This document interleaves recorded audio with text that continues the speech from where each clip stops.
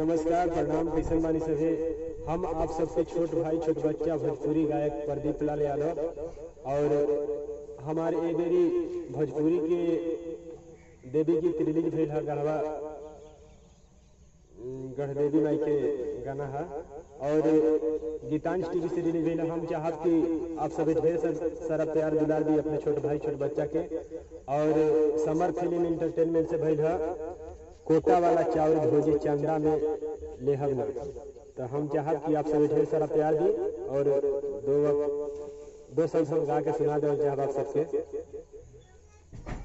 लड़की के बोला भैया कैसे कि आयल करुणा बाटे बन के रावण असुना कटी पैर दूसहुए कावन। आयल करुणा बाटे बन के रावण असुना कटी पैर दूसहुए कावन। कि जिद जानी ही तू का रह देवर दुई हरे रुपया पैसा ले हवना। जिद जानी ही तू का रह देवर दुई कि रुपया पैसा दे हवना। तो हमार बोला इसमें कैसे कि कोहटा वाला चाउर भौजी अरे चंदा में ले हबना। कि कोहटा वाला चाउर भौजी चंदा में ले हबना। तो आप सभी के नवरात्र की ढेर सारी शुभकामनाएं। जो भी भोजपुरी के देखे सुने और चाहे वाला बानी सबके के हार्दिक अभिनंदन, स्वागत, धन्यवाद।